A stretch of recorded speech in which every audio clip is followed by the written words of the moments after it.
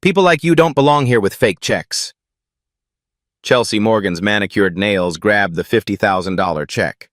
Without hesitation, she tore it straight down the middle. Then again, and again.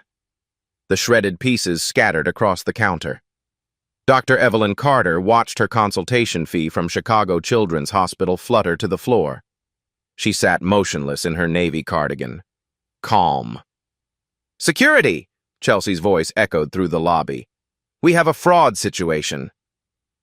Every head turned. Phones lifted. A young woman hit Go Live on TikTok. The viewer counter started spinning. Evelyn's wallet sat open. The edge of a platinum card peeked out, but Chelsea's eyes were fixed on assumptions. "May I speak to your manager?" Evelyn's voice was surgeon steady. Chelsea smirked. "Honey, I am management." "Have you ever been judged where you belonged more than anyone? 2:47 p.m. 13 minutes until the 3 p.m. board meeting upstairs. Security to the main floor, possible fraud in progress." Chelsea's voice carried the weight of absolute certainty. She stabbed the intercom button like she was crushing an insect. Her perfectly sculpted eyebrows arched with theatrical authority as she turned back to Evelyn. The TikTok live stream exploded. Comments flooded in faster than anyone could read them. "Call the police! This is 2024. Recording everything." Lady seems chill, though. Zoe Martinez, 19 and live streaming what she thought would be boring bank errands, watched her viewer count surge past 1,100. Her hands trembled as she held the phone steady, trying to capture every angle of the unfolding drama. "Y'all seeing this discrimination?" she whispered into her phone. The chat erupted with fire emojis and angry face reactions. Brad Stevens emerged from the back office like a battleship cutting through calm waters. All 6'2" of him radiated management authority. His Navy Hugo Boss suit cost more than most people made in a month. He surveyed the scene with the practiced eye of someone used to dealing with problems. "Ma'am?" His tone was the verbal equivalent of a pat on the head, dripping with condescension that made nearby customers wince. "This establishment serves legitimate customers only. I'm going to need you to understand that." Evelyn remained perfectly seated, her posture straight but relaxed. Her medical badge was clipped inside her jacket, invisible but present. The platinum American Express card edge still peeked from her leather wallet. Her iPhone buzzed against the marble counter. Board meeting reminder. 13 minutes. She glanced at the notification, then back at Brad with the kind of calm that comes from years of handling life and death situations. "I understand your concern," she said quietly, her voice carrying the measured cadence of someone accustomed to being listened to. "The check is from Chicago Children's Hospital for pediatric consultation services. Perhaps we could verify the amount with their accounting department." "These people always have explanations," Chelsea interrupted, her voice pitched loud enough for the growing crowd of onlookers. Her tone carried that particular brand of confidence that comes from never being challenged, never being wrong, never being held accountable. She rolled her eyes dramatically for the audience. "Elaborate stories, fake documents, the whole performance." Brad positioned himself strategically between Evelyn and the main exit. Not threatening exactly, but the message was clear. His arms crossed over his chest as he nodded along with Chelsea's performance. "Ma'am, suspicious amounts like this require additional verification procedures. It's standard bank protocol for certain situations." The pause before certain situations hung in the air like smoke. 2:48 p.m., 12 minutes remaining. The live stream chat was exploding with reactions. "50K check? That's sus though. Bank lady being extra AF. Why is the customer so calm? Something's up. This is straight up racial profiling. Security cameras getting all this." Other customers began choosing sides with the invisible certainty of a middle school cafeteria. An elderly white woman in expensive pearls shook her head disapprovingly, her voice carrying across the lobby. "Just call the authorities already. We don't have all day for this nonsense." but a young Latino man holding his 5-year-old daughter's hand whispered urgently, "This isn't right, mija. Remember this moment." A well-dressed black woman near the ATMs pulled out her phone, not for social media, but to record potential evidence. Her expression was grim with recognition. 2:49 p.m., 11 minutes until the meeting. Chelsea's performance reached new heights. Should I call the FBI fraud division? She's probably high on something. Look at how calm she is. That's not normal behavior for someone being accused of a felony. She examined her professionally manicured nails like she was discussing weekend plans instead of destroying someone's reputation in real time. Security guard Marcus Williams approached with visible reluctance. 45 years old, 20 years on the job, black, and deeply uncomfortable with the entire situation. His radio crackled with standard protocols, but his eyes reflected the moral complexity of his position. He'd seen this movie before. He knew how it usually ended. Evelyn's phone buzzed again, more insistently. The caller ID read, "Sun, CEO Office Direct Line." She glanced at the screen, then at the countdown timer on her phone's lock screen, then declined the call with surgical precision. The small action didn't go unnoticed by the growing crowd. "I'd like to see your regional branch manager, please," she repeated, her voice carrying the kind of unshakable calm that neurosurgeons use when everything is going catastrophically wrong, but showing panic would kill the patient. Brad's chest puffed with wounded authority. "I am the branch manager, lady. I've been running this location for 8 years. There's nobody higher up than me on this floor."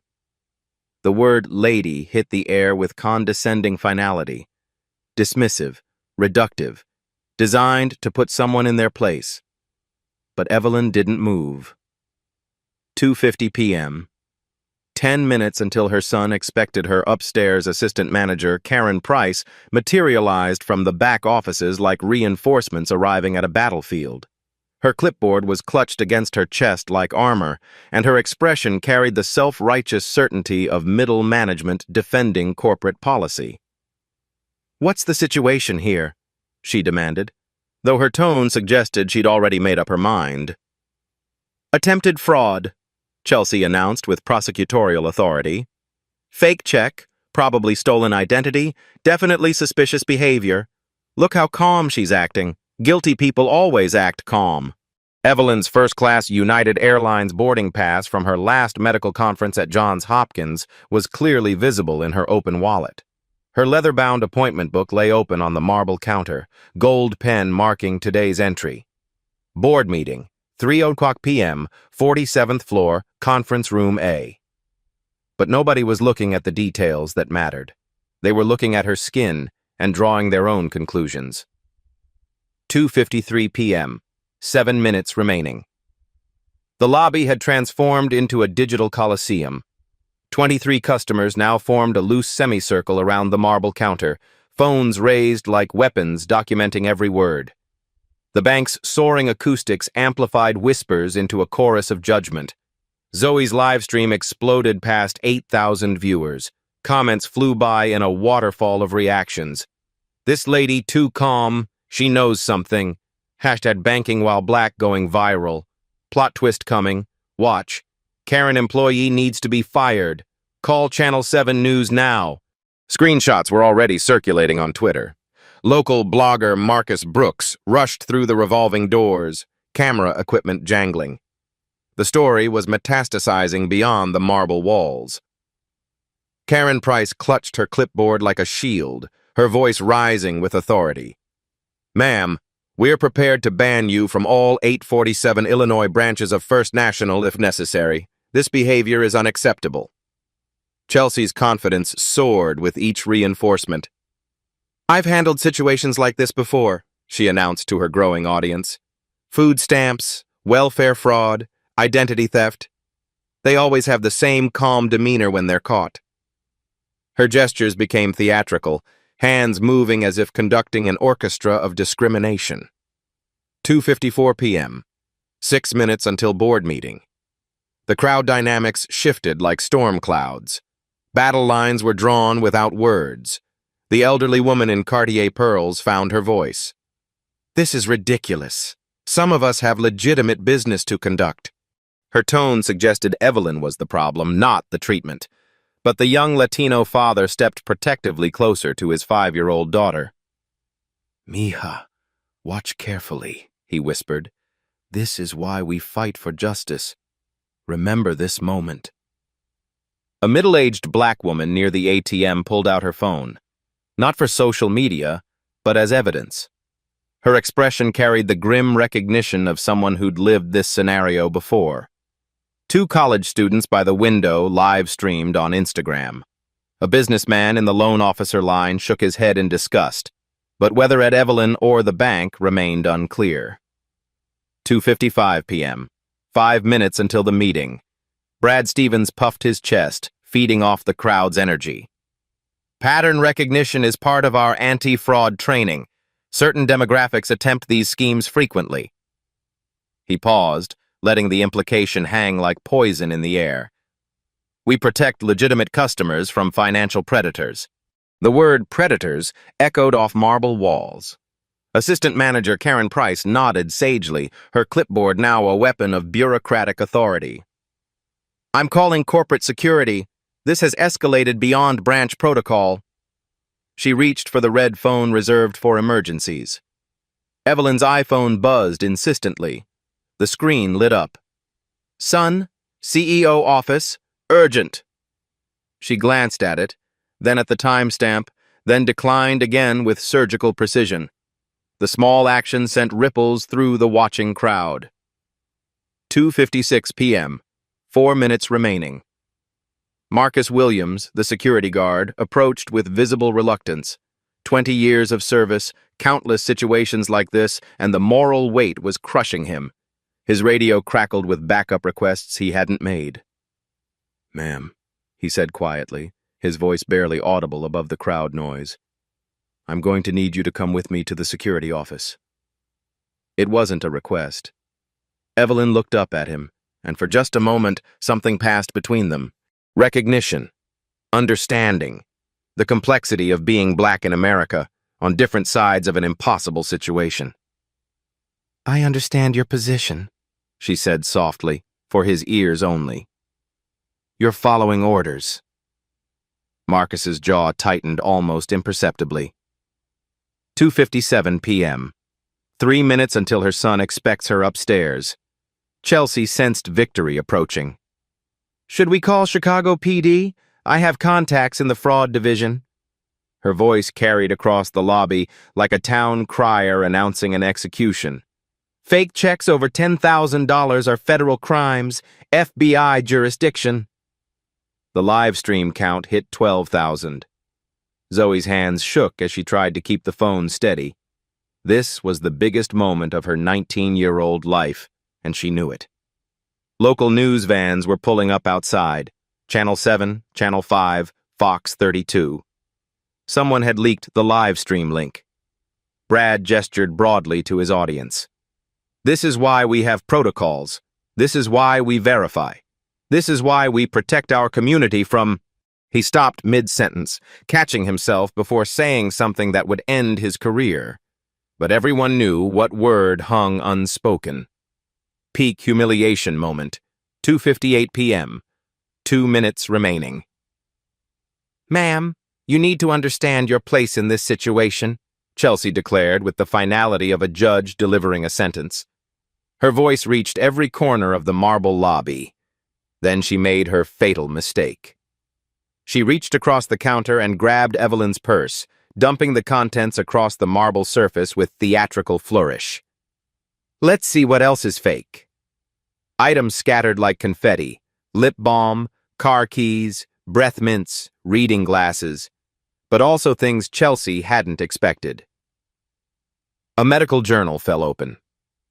Dr. E. Carter, lead author, Pediatric Cardiac Surgery Innovation. Hospital ID badges from 3 major Chicago institutions. Business cards reading Dr. Evelyn M. Carter, Chief of Pediatric Surgery. And a leather appointment book that fell open to today's page. 3:00 p.m. Board of Directors meeting, 47th floor, Conference Room A. Chelsea's hands froze mid-gesture. The crowd pressed closer, reading over each other's shoulders. Zoe zoomed her camera in on the scattered items, her live stream audience erupting in real time. Doctor? She's a doctor? Board meeting. Upstairs. Oh no. Plot twist incoming. 3, 2, 1. Chelsea about to lose her job. 2:59 p.m. 1 minute until board meeting. The lobby fell into an eerie quiet. Even the HVAC system seemed to hold its breath. Evelyn looked at her scattered belongings, then at the crowd, then at the security cameras blinking red in the corners. She reached for her phone with movements as precise as surgical instruments. Her finger hovered over a contact labeled simply, Sun, CEO office. The live stream audience was going insane. 15,000 viewers and climbing. 3 o'clock p.m. Board meeting time. I believe, Evelyn said, her voice cutting through the silence like a scalpel. It's time to call my son. The elevator chimed softly in the distance. Footsteps echoed across marble. Multiple footsteps. Expensive shoes. The kind that belonged in boardrooms and corner offices. Chelsea's face began draining of color as the pieces clicked together in her mind. The footsteps were getting closer. 3:01 p.m. Evelyn pressed the speed dial. Extension 4001. CEO Direct Line. The phone rang once. Hello, Marcus. Her voice carried the calm authority of someone who'd spent 30 years making life-or-death decisions. I'm downstairs in the main lobby. 23 pairs of eyes locked on her face. Zoe's live stream audience hit 18,000 viewers, comments exploding faster than human comprehension. There seems to be a misunderstanding about my identity, Evelyn continued, her surgical precision cutting through the marble-walled silence. Could you come down? And Marcus, bring legal. The line went quiet. Then, on my way, Mother. The word mother hung in the air like a bomb waiting to detonate. Chelsea's smartphone slipped from her trembling fingers, clattering against the marble floor. The sound echoed like a gunshot through the suddenly silent lobby. The freeze Brad Stevens's mouth opened, then closed, then opened again like a fish gasping for air. His Hugo Boss suit suddenly felt several sizes too small. The color drained from his face as if someone had pulled a plug. Mother, he whispered, the word barely escaping his lips. Karen Price's clipboard fell from nerveless fingers. Papers scattered across the floor, employment policies and fraud procedures suddenly meaningless. Her eyes darted between Evelyn and the elevator bank like she was watching a tennis match in slow motion. The crowd pressed closer, sensing the seismic shift about to occur. Phones raised higher. The live stream chat became incomprehensible. She said mother. CEO's mom? Chelsea is so fired. Plot twist of the century. Recording everything for court. 3:02 p.m. The doors open. The executive elevator chimed with the soft sophistication of imported Swiss engineering. The brushed steel doors slid apart like curtains revealing the final act.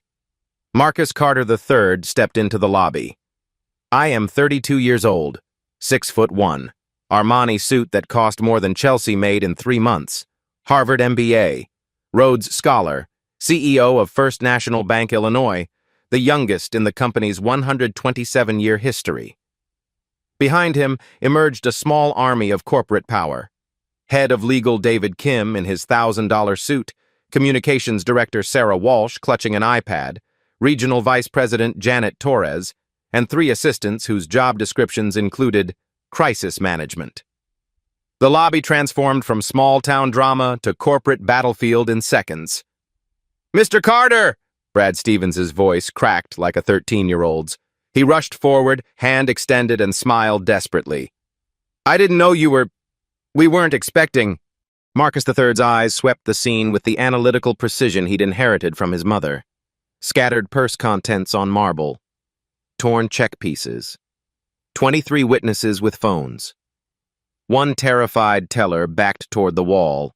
His gaze found his mother, seated with the same calm dignity she'd maintained through medical school, residency, and 30 years of surgical practice. "Mother," he said quietly, "I'm profoundly sorry. What happened here?" The recognition moment. The crowd collectively inhaled. Even the HVAC system seemed to pause. Zoe's live stream hit 25,000 viewers. Screenshots were already trending on Twitter with #Bank CEO Mom. TikTok's algorithm was pushing the video to millions. Local blogger Marcus Brooks frantically typed on his laptop, "Breaking, Bank CEO's mother racially profiled at own institution." Chelsea Morgan stood frozen against the back wall, her perfectly manicured nails now digging crescents into her palms. The theatrical confidence had evaporated, leaving behind a 28-year-old woman who suddenly understood that her career was over. She never said... Chelsea's voice was barely a whisper. "She shouldn't have to," Marcus III replied, his tone carrying the quiet authority that had earned him the CEO position at 30. "This is Dr. Evelyn Carter, Chief of Pediatric Surgery at Chicago Children's Hospital, board member of this institution since 2019. He paused, letting the weight settle. "And the largest individual shareholder of First National Bank, Illinois." The Power Reveal legal director David Kim stepped forward, tablet in hand. "Dr. Carter currently owns 847,000 shares of company stock, valued at approximately $23.4 million as of market close yesterday." The numbers hit like physical blows. Her annual consultation income exceeds $340,000. She serves on the boards of 3 major Chicago medical institutions. Her real estate investments are valued at $12.8 million. Each fact was a nail in the coffin of assumptions. Communications Director Sarah Walsh was already crafting damage control strategies, fingers flying across her iPad screen. The story was spreading beyond social media into mainstream news channels. "Channel 7 is requesting comment," she whispered to Marcus III. "Fox 32 has crews en route. Tribune wants an exclusive." The crowd's realization. The elderly woman in Cartier pearls suddenly found her shoes fascinating. The businessman who'd shaken his head earlier was backing slowly toward the exit. But the young Latino father stepped forward, his daughter's small hand in his. "Dr. Carter," he said clearly, "I'm sorry this happened to you. Rosa and we witnessed everything." His 5-year-old daughter looked up with wide eyes. "Mommy says you help sick kids. Like me when I had surgery." For the first time all afternoon, Evelyn's composure cracked slightly. She smiled at the little girl. "I do, sweetheart. It's the best job in the world." The moment of human connection cut through the corporate tension like sunlight through storm clouds. Security reversal. Marcus Williams, the security guard, stepped forward and did something unprecedented in his 20-year career. He removed his cap and spoke directly to the CEO. "Sir, I want it on record that Dr. Carter conducted herself with complete dignity throughout this situation. She never raised her voice, never became confrontational, never made my job difficult." His eyes met Evelyn's briefly. She made it harder by being so graceful. Marcus III nodded with respect. "Thank you, Marcus. Your integrity is noted." The final secret. As the corporate team assembled around the scattered scene, Marcus III placed a protective hand on his mother's shoulder. The gesture was small but spoke volumes about the relationship between CEO and board member, son and mother, power and principle. "There's one more thing," he said, addressing the crowd and the live stream audience simultaneously. His voice carried across marble and through fiber optic cables to thousands of viewers. "The acquisition we announced last month? Carter Medical Group purchasing our healthcare lending division for $340 million? He looked at his mother with obvious pride. "Dr. Carter isn't just our largest shareholder. As of next week, she will become our largest business partner. 847 jobs, $89 million in annual payroll, $45 million in community investment over 5 years. The silence was deafening. Chelsea Morgan slid down the wall until she was sitting on the marble floor, her career and her assumptions crumbling simultaneously. The live stream counter hit 30,000 viewers and climbed. 3:15 p.m. Executive Conference Room, 47th floor. The mahogany-paneled boardroom overlooked downtown Chicago like a corporate throne room. Floor-to-ceiling windows framed the city skyline, while hidden cameras recorded everything for legal protection. The emergency board meeting had been called with unprecedented speed. Dr. Evelyn Carter sat at the head of the polished table, no longer the woman who'd been humiliated in the lobby 30 minutes ago. Here, she was board member Carter, chief medical officer of Carter Medical Group, and the bank's largest individual investor. Marcus III took his position at the opposite end, flanked by legal director David Kim and a team of attorneys whose billable hours could fund small countries. "The evidence is comprehensive," David Kim began, his voice carrying the weight of Harvard law and 15 years of corporate litigation. Security footage from 4 angles. Live stream video with 47,000 viewers and counting. Witness statements from 23 customers. He slid tablets across the mahogany surface to each board member. Audio clearly documents discriminatory language. These people always have explanations. People like you don't belong here. Certain demographics attempt these schemes frequently. Legal Framework senior partner Rachel Morrison from the bank's outside counsel firm joined the video conference, her image sharp on the 85-inch display. "We're facing potential violations of multiple federal statutes," she announced with clinical precision. "Fair Credit Reporting Act violations, Equal Credit Opportunity Act breaches, Civil Rights Act Section 1981 infractions, Illinois Human Rights Act contraventions." The legal avalanche was just beginning. Potential damages in civil court, $50 to $100 million, based on recent precedents. Wells Fargo paid $175 million for similar systematic discrimination. Bank of America settled for $335 million in 2022. Board members shifted uncomfortably in Italian leather chairs. Federal regulatory investigation costs typically run $5 to $8 million. Consent decree monitoring adds another $3 million annually for 5 years. Financial consequences. Chief Financial Officer Patricia Yang opened her presentation with numbers that made executives reach for antacids. Stock price impact modeling suggests 12% to 18% decline upon public disclosure.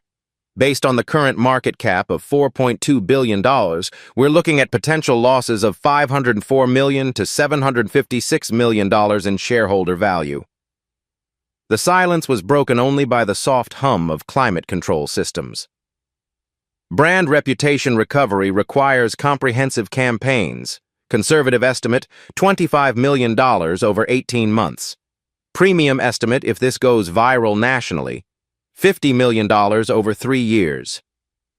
Patricia's next slide showed social media analytics. Hatch banking. While Black has been tweeted 127,000 times in the past hour, TikTok videos using the hashtag have accumulated 2.3 million views. Instagram posts are approaching 890,000 engagements. The story is trending above celebrity news and sports. The ultimatum. Dr. Carter leaned forward slightly, her hands folded with surgical precision. When she spoke, her voice carried 30 years of life and death authority. "My demands are non-negotiable." She counted on her fingers with the same methodical approach she used when listing surgical requirements. First, immediate termination of Chelsea Morgan and Brad Stevens with cause. No severance packages, no references, permanent notation in their employment records. Legal Director Kim nodded, already drafting termination documents. Second, Karen Price suspended pending full investigation. If complicity is established, termination follows. Third, comprehensive bias training for all 847 Illinois branch employees. 40-hour certification program, not the standard 4-hour online module. Monthly refresher requirements. quarterly assessments tied to performance reviews and salary increases. The scope was unprecedented in banking. Fourth, partnership with the Chicago Urban League for curriculum development and ongoing oversight. $2 million annual funding commitment for 5 years. Fifth, independent diversity audit by a nationally recognized civil rights organization. Results published publicly. Quarterly bias incident reporting with full transparency. Resistance and negotiation. Regional Director Robert Hayes attempted damage control. Dr. Carter, while we deeply regret this isolated incident, perhaps termination is excessive. Suspension, additional training, written reprimands might be more appropriate. Isolated? Dr. Carter's voice carried the sharp edge she reserved for medical students who hadn't studied. Mr. Hayes, this wasn't an accidental bias. This was systematic dehumanization performed for an audience. Marcus III supported his mother with CEO authority. The employees involved chose to escalate rather than de-escalate. They chose humiliation over verification. They chose assumptions over facts. He looked directly at Hayes. Those choices have consequences. Communications Director Sarah Walsh updated the room on media coverage. CNN is picking up the story. The View wants Dr. Carter for an interview. The Congressional Black Caucus is requesting information about our diversity practices. The corporate crisis was metastasizing beyond Chicago. The acquisition card Dr. Carter saved her strongest leverage for last. There's the matter of our pending healthcare lending acquisition. She opened her own tablet, displaying contracts that represented months of negotiation. Carter Medical Group's acquisition of your healthcare lending division. $340 million transaction, scheduled to close next Friday. The room's attention sharpened like focus under a microscope. This acquisition represents 23% of your total annual business. Healthcare lending generated $783 million in revenue last year. Our medical group partnership brings 847 high-paying jobs to Chicago. Annual payroll impact, $89 million. She paused, letting the numbers settle. Community investment over the 5-year contract term, $45 million. Medical equipment financing, $67 million annually. Physician practice loans, $23 million annually. The nuclear option. This incident jeopardizes everything. The words hung in climate-controlled air like a surgical blade poised over an artery. Carter Medical Group has received preliminary interest from Chase, Wells Fargo, and Bank of America for similar partnerships. Each institution has demonstrated superior diversity metrics and community investment records. CFO Patricia Yang's face went ashen. Dr. Carter, the acquisition represents 31% of our projected growth for the next fiscal year. Without it, we miss earnings targets by significant margins. Stock analysts are already pricing in the healthcare sector expansion, added Chief Strategy Officer Michael Brooks.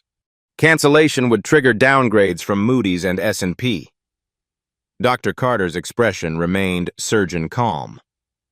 Then we have alignment on the importance of resolving this situation comprehensively. Executive decision process. Marcus III called for an immediate vote. All board members in favor of implementing Dr. Carter's demands in full indicate by raising your hand. 9 hands rose without hesitation. Motion carries unanimously. Legal Director Kim was already on his phone with HR. Effective immediately, Chelsea Morgan and Brad Stevens are terminated with cause. Security is escorting them from the building. Karen Price is suspended pending investigation. Marcus Williams is promoted to branch security chief with immediate salary increase. Settlement terms. Outside counsel Rachel Morrison outlined the civil resolution. We propose a settlement package that includes financial compensation to Dr. Carter, undisclosed amount with confidentiality provisions. Donation to Chicago Urban League, $2 million immediate contribution. National civil rights organizations, $1 million distributed among 5 advocacy groups. Community Investment Fund, $3 million annually for underserved neighborhood banking services. Legal fees and court costs, waived in exchange for public accountability measures. Implementation timeline. The corporate machine shifted into crisis management mode with Swiss precision. Technology implementation begins Monday, announced Chief Information Officer Lisa Park. Bias detection software on all customer interaction systems. Real-time monitoring with automatic escalation protocols. Training rollout starts Wednesday across all branches, added HR Director James Rodriguez. NOACP partnership confirmed. Curriculum development begins immediately. Public statement releases at 6 p.m., Sarah Walsh confirmed. Dr. Carter's approval required before publication. Accountability measures. Manager bonuses are now tied to diversity metrics, Patricia Yang announced. Customer satisfaction surveys include bias-related questions. Anonymous reporting system launches within 72 hours. Monthly audits by independent civil rights firms. $10,000 fine structure for verified bias incidents. Community advisory board with rotating membership. The systematic overhaul was comprehensive and swift. Board Resolution Marcus III stood, his voice carrying the finality of corporate authority. Dr. Carter, on behalf of First National Bank Illinois, I offer our profound apologies. The treatment you received contradicts every value this institution claims to represent. More importantly, the changes you've demanded will ensure no customer experiences what you endured today. He looked directly into the camera, recording the meeting for legal documentation. Corporate culture change begins with accountability. Today, we choose accountability over reputation management. We choose systemic reform over surface-level apologies. Dr. Carter nodded with the satisfaction of someone who'd just completed a successful surgery. The patient would survive. The disease had been excised. Recovery could begin. 6:00 p.m. Same day. The First National Bank lobby had transformed from a place of humiliation into a stage for corporate accountability. News crews from 5 Chicago stations positioned cameras while reporters delivered breaking updates to evening audiences. This is Channel 7 News with a developing story. First National Bank Illinois has announced sweeping policy changes following a discrimination incident that went viral this afternoon. Security footage played on screens across the city, but now it served a different purpose. Evidence of change rather than evidence of shame.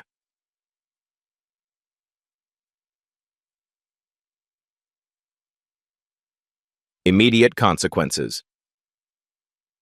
Chelsea Morgan cleaned out her desk under the watchful eyes of corporate security. 28 years old, career in banking over, her LinkedIn profile already updated to seeking new opportunities. The termination letter cited conduct unbecoming discriminatory behavior and violation of corporate values. No severance, no references, no second chances. Her exit interview lasted 3 minutes. HR Director James Rodriguez documented everything for potential legal proceedings. Ms. Morgan, your actions today violated federal civil rights laws and corporate policy. This termination is with cause. Brad Stevens faced the same corporate justice. 8 years as branch manager ended with a cardboard box and an escort to the parking garage. His termination letter included a note that would follow him. Not eligible for rehire. Permanent notation for discriminatory conduct. The banking industry network was small. Word traveled fast. Karen Price received a different message. Suspension pending investigation. Ms. Price, you have 48 hours to provide a written explanation for your role in today's incident. Legal counsel is recommended. Technology revolution. By 7:00 p.m., Chief Information Officer Lisa Park's team had begun implementing the Respect Alert system across all 847 Illinois branches. The technology was sophisticated. AI-powered voice recognition that flagged discriminatory language in real time. Facial recognition software that monitored staff body language for signs of bias. customer interaction scoring that evaluated each transaction for fairness indicators. Every teller station now has automatic escalation protocols, Park explained to the press. Discriminatory language triggers immediate supervisor notification. Bias incidents are recorded and reviewed within 1 hour. The system integrated with existing security cameras, creating a comprehensive monitoring network that would have detected today's incident within minutes. Training overhaul. Wednesday morning brought unprecedented change to First National's corporate culture. The parking lot at the training center in Oak Brook filled with employees from every branch across Illinois. The partnership with the Chicago Urban League produced a 40-hour certification program that replaced the bank's previous 4-hour online module. This isn't sensitivity training, explained NAACP Education Director Dr. Angela Washington. This is bias interruption training. Participants learn to recognize implicit bias, interrupt discriminatory thinking, and implement inclusive customer service. The curriculum included role-playing scenarios with diverse actors, quarterly assessments that affected performance reviews, and monthly workshops with real customer feedback. Ashley Martinez, the 22-year-old junior teller who'd watched the discrimination unfold, found herself promoted to assistant manager with a 40% salary increase. "I want to be part of the solution," she told the Tribune. "Today showed me what kind of manager I never want to become." Community investment. The $2 million donation to the Chicago Urban League unlocked opportunities beyond banking. Executive Director Michael Harrison announced expansion of financial literacy programs into 15 Southside neighborhoods. Dr. Carter's experience catalyzed resources that will benefit thousands of families, Harrison said at the press conference. Crisis became opportunity. The Community Advisory Board met for the first time on Friday. 12 members representing diverse Chicago neighborhoods would review bias reports, evaluate policy changes, and ensure accountability. Maria Gonzalez, a West Side small business owner, joined as chairperson. Banks serve communities. Communities deserve a voice in how they're served. Policy revolution. The Customer Bill of Rights was printed in English and Spanish, posted prominently in every branch. Every customer deserves respectful treatment regardless of appearance. Financial transactions will be processed based on documentation, not assumptions. Discrimination complaints receive immediate investigation and response. Anonymous reporting protects customers and employees. Monthly audits ensure policy compliance. The anonymous reporting system launched Friday at 8 a.m. By noon, it had received 47 reports from customers across Illinois, detailing bias incidents that predated the viral live stream. Each report triggered investigation protocols that hadn't existed 72 hours earlier. Marcus Williams's promotion. The security guard who'd been caught between duty and conscience found himself elevated to branch security chief with a $25,000 salary increase and expanded responsibilities. Marcus Williams exemplified integrity under pressure, CEO Marcus Carter III announced. He followed orders while maintaining dignity. That's leadership. Williams's new role included bias incident response training for security personnel across all branches. His first training session focused on de-escalation techniques and cultural competency. 20 years on this job taught me that people deserve dignity, Williams told his trainees. Position of authority means protecting that dignity, not crushing it. Media coverage evolution. The story evolved from viral social media content to case study in corporate transformation. Harvard Business Review commissioned an analysis. The Wall Street Journal ran a front-page feature. Time magazine considered Dr. Carter for their Person of Impact series. But the most powerful coverage came from local community newspapers. The Austin Weekly, the Chicago Defender, and La Raza featured stories about neighborhood residents who'd experienced similar discrimination for years. Finally, someone with power experienced what we live daily, wrote columnist Patricia Williams in The Defender. The difference is Dr. Carter had the leverage to demand change. Financial literacy expansion. The Community Investment Fund supported programs beyond traditional banking. Financial literacy workshops launched in underserved neighborhoods, teaching mortgage preparation, small business financing, and generational wealth building. Rosa Maldonado, the 5-year-old who'd recognized Dr. Carter as someone who helps sick kids, became an unofficial program mascot. Her father enrolled in small business financing workshops, using education benefits his family had never known existed. Independent auditing. The first monthly audit report from the National Civil Rights Advocacy Group revealed systemic issues beyond individual bias. Branch locations in predominantly minority neighborhoods had fewer services, longer wait times, and less qualified staff. Dr. Carter's incident illuminated broader patterns, reported lead auditor Dr. James Brooks. Systematic exclusion disguised as business policy. The audit triggered immediate corrective measures, staff increases in underserved branches, expanded service offerings, and community outreach programs. Ripple effects. 12 major banking institutions across the country requested information about First National's transformation protocols. The American Banking Association invited Dr. Carter to speak at their annual conference.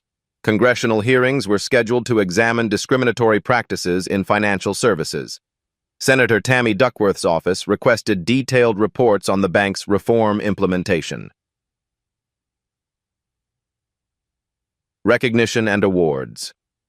The Chicago mayor presented Dr. Carter with the key to the city during a ceremony at City Hall. Dr. Carter transformed personal adversity into community advancement, Mayor Brandon Johnson declared. The Federal Reserve invited her to join their Community Development Advisory Council. Harvard Kennedy School offered a fellowship to study bias in financial services. But the recognition that mattered most came from an unexpected source. A handwritten note from Rosa Maldonado, the 5-year-old from the bank lobby. Dear Dr. Carter, thank you for helping my daddy learn about money and helping sick kids like me. You're a superhero. 3 months later. The transformation metrics exceeded expectations. Bias incidents down 89% across all branches. Customer satisfaction scores up 34% in minority communities. Minority account openings increased 156%. Employee diversity improved 67%. Community investment doubled. But the most important change couldn't be measured in percentages. Dignity had been restored. Justice had been served. And systematic change had begun.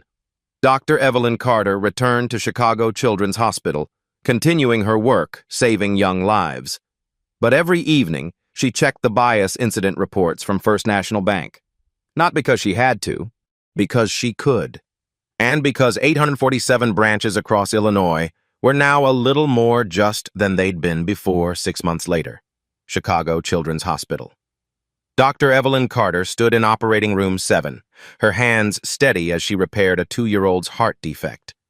The same calm that had sustained her through marble lobby humiliation now guided microsurgical precision. Outside the OR, her phone buzzed with notifications she'd read later. Updates from First National's quarterly diversity report. Interview requests from Harvard Business Review. Speaking invitations from banking conferences across the nation. But right now, only one thing mattered. The tiny heart beating under her skilled hands. Procedure complete, she announced to her surgical team. Another life saved. The parallel wasn't lost on anyone in the room. Legacy in numbers. The transformation data painted a picture of systematic change. First National Bank Illinois bias incidents, down 91% from pre-incident levels. Customer satisfaction in minority communities, up 42%. Branch employee diversity, 73% improvement across management positions. New account openings in underserved neighborhoods, increased 203%. Small business loans to minority-owned enterprises, up 156%. Community Investment Fund impact, $8.7 million distributed. 2,347 families benefited. But numbers only told part of the story. Ashley Martinez, promoted from junior teller to branch manager at age 23, led diversity training sessions across the Midwest. Dr. Carter showed us that dignity isn't negotiable, she told audiences. Position doesn't grant permission to diminish others. Marcus Williams expanded bias prevention training to 12 banking institutions. His security protocols became industry standard, protecting customers while empowering employees to intervene. Ripple effects. Across America, congressional hearings led to the Financial Services Equality Act, bipartisan legislation requiring bias training and transparency reporting across all federally insured institutions. 17 major banks implemented similar monitoring systems. The Carter Protocols became shorthand for comprehensive discrimination prevention in financial services. Zoe Martinez, whose live stream had catalyzed change, enrolled at Northwestern University's Medill School of Journalism. Her documentary, Banking While Black, A Mother's Courage, won Student Emmy Awards and sparked campus conversations about economic justice. Dr. Carter taught me that bearing witness means demanding accountability, Zoe reflected during her TEDx talk. Sometimes the most powerful action is refusing to look away. Mother and son. The relationship between Dr. Carter and CEO Marcus Carter III deepened through shared purpose. Monthly mother-son dinners became strategy sessions for expanding diversity initiatives. You taught me that leadership means protecting the vulnerable, Marcus III said during the bank's annual shareholder meeting. Profit without principle is just organized theft. Under his leadership, First National became the first major bank to achieve B Corporation certification, balancing profit with social responsibility. Stock prices rose 34% as socially conscious investors rewarded authentic change. Personal growth and recognition. Dr. Carter's calendar filled with speaking engagements, but she remained selective. Harvard Kennedy School Fellowship, Congressional Testimony on Banking Discrimination, keynote at the National Medical Association's annual conference. Each platform amplified the same message. Systematic change requires strategic patience and unwavering principle. The Chicago mayor honored her with the city's highest civilian award. The NAACP presented their Chairman's Award. Time magazine named her among the 100 most influential people. But the recognition that moved her most came in a handwritten letter from Rosa Maldonado, now 6 years old and in first grade. Dear Dr. Carter, I'm learning to read big words like justice and courage. My teacher says you showed both. Thank you for helping my daddy's business and for helping sick kids like I was. Love, Rosa. Foundation launch. The Carter Family Foundation launched with a $50 million endowment, focusing on healthcare access and economic justice. The foundation's first initiative, medical scholarships for students from underserved communities. Excellence should be accessible regardless of zip code, Dr. Carter announced at the foundation's inaugural gala. Every child deserves the opportunity to heal others. Applications flooded in from across the country. First-generation college students, inner-city youth interested in medicine. Rural students lack resources but not ambition. The foundation would graduate its first class of doctors in 2031, continuing impact. Today, Dr. Carter splits time between surgery and social justice. She serves on the Federal Reserve's Community Development Advisory Council, reviews bias incident reports from 847 bank branches, and mentors young professionals navigating discrimination. Her office at Chicago Children's Hospital displays 2 items side by side, her medical degree from Harvard and the torn check pieces from that March afternoon, framed as a reminder that dignity is always worth defending. Call to action. Change doesn't happen in boardrooms or courtrooms. It happens when ordinary people refuse to accept injustice as normal. Dr. Carter's story proves that strategic patience, quiet strength, and unwavering principles can topple systems built on assumptions and bias. But her story is just one story. Yours matters too. Have you witnessed discrimination in places where you least expected it? Have you experienced bias that made you question your worth? Have you found the courage to transform humiliation into systematic change? Share your story in the comments below. Your experience matters. Your voice creates change. Your courage inspires others to stand up when it would be easier to stay silent. Subscribe to Black Tales Stories for more inspiring transformations that prove justice isn't just possible. It's inevitable when good people refuse to look away. Hit the share button. Send this to someone who needs to remember that their dignity is non-negotiable. Together, we don't just tell stories of change, we become the change. One story, one voice, one act of courage at a time. Remember, your worth isn't determined by others' perceptions. Stay calm, stay strategic, and let your actions speak louder than their ignorance. The next chapter of justice begins with you.